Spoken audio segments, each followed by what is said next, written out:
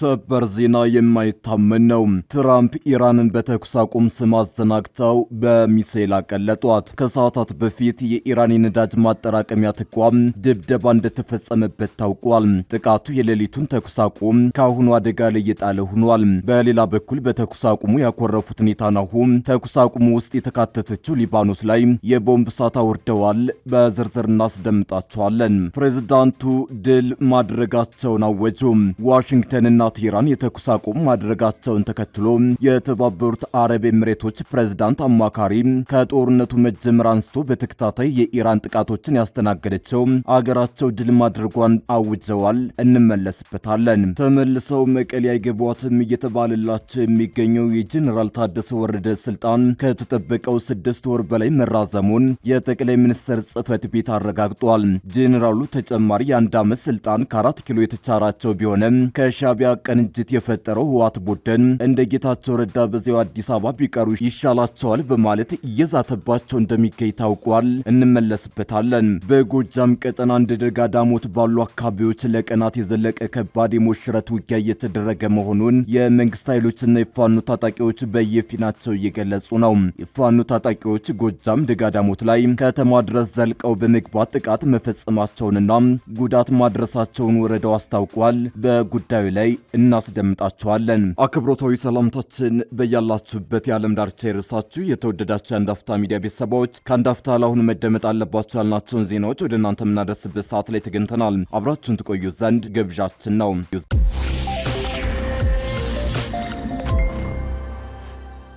የማይታመን ነው። ትራምፕ ኢራንን በተኩስ አቁም ስም አዘናግተው በሚሳኤል አቀለጧት። ከሰዓታት በፊት የኢራን የነዳጅ ማጠራቀሚያ ተቋም ድብደባ እንደተፈጸመበት ታውቋል።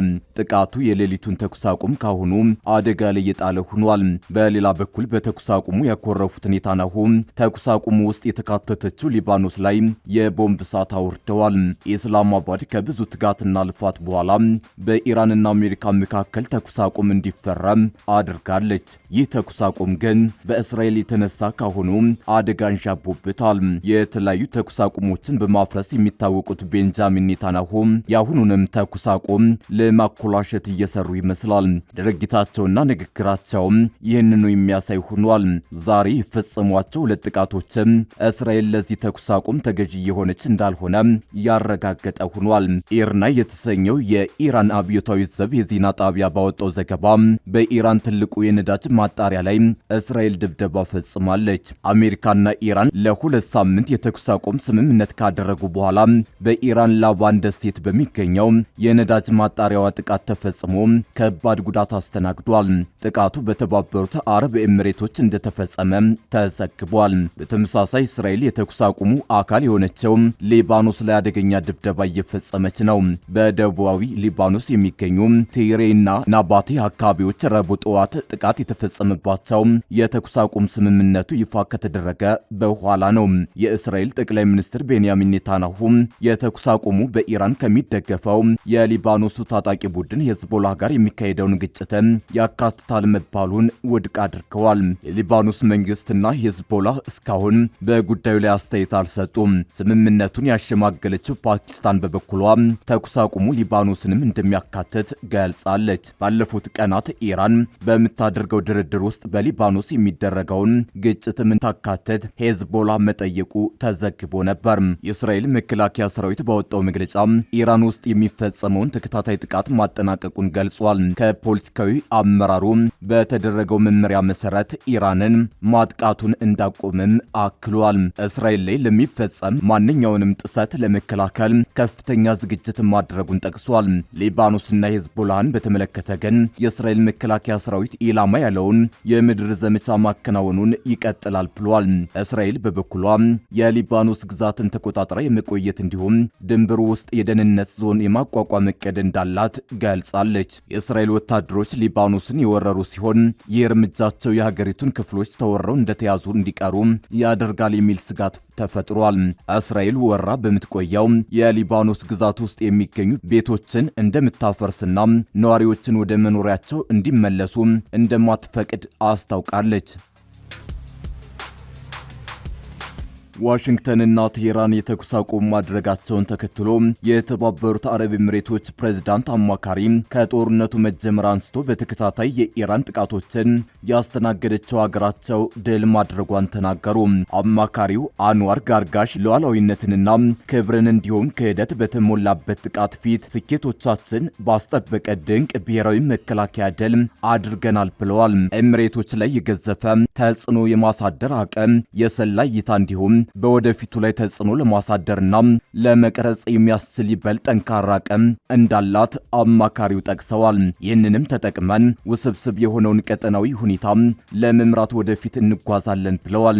የአገሪቱ መከላከያ ሚኒስቴር ጦርነቱ ከተጀመረ አንስቶ ያከሸፋቸውን የኢራን ጥቃቶችን በተመለከተ በየጊዜው መደበኛ መረጃውን ሲያወጣ ቆይቷል። ማክሰኞ ዕለት የወጣው መረጃ እንደሚያሳየው እስካሁን ድረስ 2221 ድሮኖች፣ 26 የክሩዝ ሚሳኤሎችና 520 ባላስቲክ ሚሳኤል ወደ የተባበሩት አረብ ኤምሬቶች ተተኩሷል። የኦማን ውጭ ጉዳይ ሚኒስቴርም አሜሪካና ኢራን የተኩስ አቁም ላይ መድረሳቸውን በበጎ ተቀብሎታል። ፓኪስታን ለማሸማገል ላከናወነችው ስራ እውቅና የሰጠው የውጭ ጉዳይ ሚኒስቴሩ ወደ ቋሚ ተኩስ አቁም ለመድረስ ወደፊት በሚደረጉ እንቅስቃሴዎች ላይ ጥረቶችን ማጠናከር አስፈላጊ እንደሆነ አጽንኦት ሰጥቷል። ተመልሰው መቀሌ አይገቧትም እየተባለላቸው የሚገኘው የጄኔራል ታደሰ ወረደ ስልጣን ከተጠበቀው 6 ወር በላይ መራዘሙን የጠቅላይ ሚኒስትር ጽህፈት ቤት አረጋግጧል። ጄኔራሉ ተጨማሪ የ1 ዓመት ስልጣን ከ4 ኪሎ የተቸራቸው ቢሆንም ከሻዕቢያ ቅንጅት የፈጠረው ህወሓት ቡድን እንደ ጌታቸው ረዳ በዚያው አዲስ አበባ ቢቀሩ ይሻላቸዋል በማለት እየዛተባቸው እንደሚገኝ ታውቋል።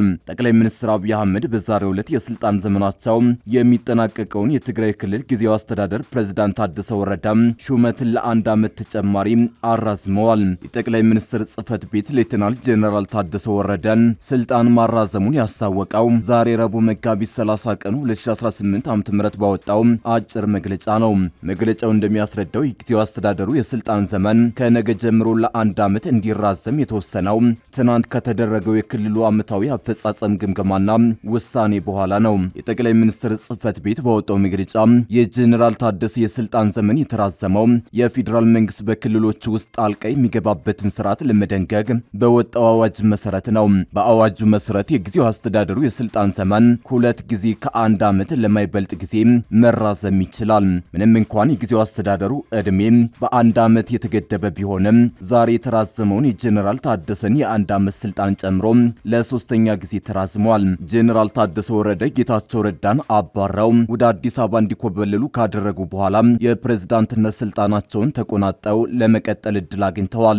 ምንም እንኳን ጄኔራሉ ስልጣናቸውን ከ4 ኪሎ ያራዘሙ ቢሆንም በህወሓት በኩል ተቀባይነት የሚያገኙ አይመስልም። የህወሓት ሰዎች ከወዲሁ ጄኔራል ታደሰ በዛው አዲስ አበባ መቅረት አለባቸው በሚል ተቃውሞ እያሰሙ ሲሆን የ2016ቱ ቅድመ ጦርነት መንግስታችንን እንመልሳለን እያሉ ነው። ታደሰ በአዲስ አበባ ተገኝተው ለጠቅላይ ሚኒስትር አብይ አህመድ ዓመታዊ ያፈጻጸም ሪፖርት እንዳቀረቡና በውጤቶቹ ላይ ግምገማና ውይይት እንደተደረገ ተገልጾ ነበር።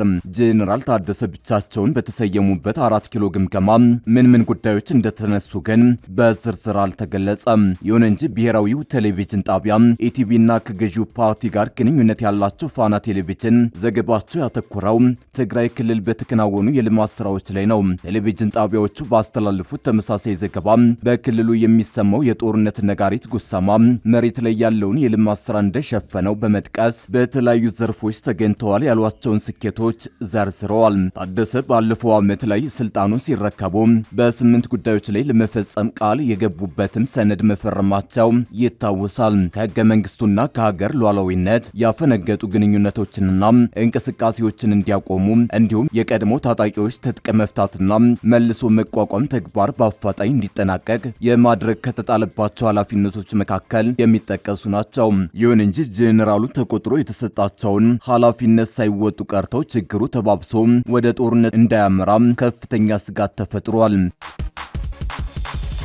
በጎጃም ቀጠና እንደ ደጋዳሞት ባሉ አካባቢዎች ለቀናት የዘለቀ ከባድ የሞሽረት ውጊያ እየተደረገ መሆኑን የመንግስት ኃይሎችና የፋኖ ታጣቂዎች በየፊናቸው እየገለጹ ነው። የፋኖ ታጣቂዎች ጎጃም ደጋዳሞት ላይ ከተማ ድረስ ዘልቀው በመግባት ጥቃት መፈጸማቸውንና ጉዳት ማድረሳቸውን ወረዳው አስታውቋል። ተፋላሚዎቹ በየፊናቸው ባወጧቸው መረጃዎች አንዳቸው በሌላቸው ላይ ድል መቀዳጀታቸውን እየገለጹ ነው። የፋኖ ታጣቂዎች በሰሞነኛው የጎጃም ቀጠና ከባድ ውጊያ ድል እንደቀናቸው ሲገልጹ፣ በመንግስት በኩል ደግሞ የታጣቂ ቡድኑ አመራሮችን ጨምሮ በርካቶች እንደተገደሉ ተገልጿል። በምዕራብ ጎጃም ዞን አስተዳደር በደጋዳሞት የተካሄደው ውጊያ አስመልክቶ ባወጣው መግለጫ የፋኖ ታጣቂዎች ከፍተኛ ኪሳራ አድርሰዋል ብሏል። የዞኑ መግለጫ ከተለያዩ አካባቢዎች የተሰባሰበው ጽንፈኛ ኃይል በወረዳው በሚገኙ የመንግስት የልማትና የአገልግሎት ሰጪ ተቋማት ላይ ከፍተኛ ውድመት አድርሷል ሲል ወንጅሏል። በዞኑ አስተዳደር የጥፋት ኃይል ተብሎ የተገለጸው ፋኖ በወረዳው ውስጥ በሚገኙ ልዩ ልዩ የህዝብ መገልገያ ቢሮዎች ላይ እንዲወድሙና ሰነዶችም እንዲመዘበሩ አድርጓል ሲል ከሷል። ድርጊቱ በተለይ ለዘመናት የተገነቡ የህዝብ መገልገያዎችን ኢላማ ያደረገ ነው ያለው ዞኑ መንግስታዊ እንቅስቃሴ መስተጓጎሉን ጠቁሟል። ጥፋቱ በዋናነት የመንግስት የቢሮ ቁሳቁሶችን፣ የቴክኖሎጂ መሳሪያዎችንና አጠቃላይ የተቋማቱን መሰረተ ልማት ላይ ያተኮረ ነው ሲልም አክሏል። ይህም የወረዳውን የልማት ጉዞ ወደ ኋላ የሚጎትት ተግባር ጥፋት ነው ያለው ዞኑ ድርጊቱ በአካባቢው መንግስታዊ አገልግሎቶች ላይ ከባድ ጫና እንደፈጠረም ተገልጿል። በጥፋት ኃይልነት የተወነጀሉት የፋኖ ታጣቂዎች በበኩላቸው በደጋዳሞት ውጊያ ድል እንደቀናቸው እየገለጹ ነው። በውጊያው በመንግስት ኃይሎች ላይ ጉዳት ማድረሳቸውን የገለጹት የፋኖ ታጣቂዎች በህዝብ መገልገያ ተቋማት ላይ አድርሰውታል ስለተባለው ውድመት ያሉት ነገር የለም። በመንግስት ኃይሎች በኩል በደጋዳሞቱ ከባድ ውጊያ አመራሮችን ጨምሮ በፋኖ ታጣቂዎች ላይ ኪሳራ ማድረሳቸውን እየገለጹ ነው። በውጊያው የፋኖ ወታደራዊ አዛዥና አሰልጣኝ የሆኑ አመራሮች ጭምር ተገድለዋል የተባለ ሲሆን ውጊያው ደጋዳሞት ላይ ለጊዜው ጋብ ማለቱ ተጠቁሟል። በሁለቱም ወገኖች ቀላል የማይባል ኪሳራ እንደደረሰ የሚያመላክቱ መረጃዎች ከየአቅጣጫው እየተሰራጩ ነው። የመንግስት ኃይሎችም ይሁን የፋኖ ታጣቂዎች አንዳቸው በሌላቸው ላይ አድርሰነዋል ስላሉት ኪሳራም ይሁን ስለ ውጊያው ዝርዝር ከገለልተኛ ወገን የተረጋገጠ መረጃ አልወጣም።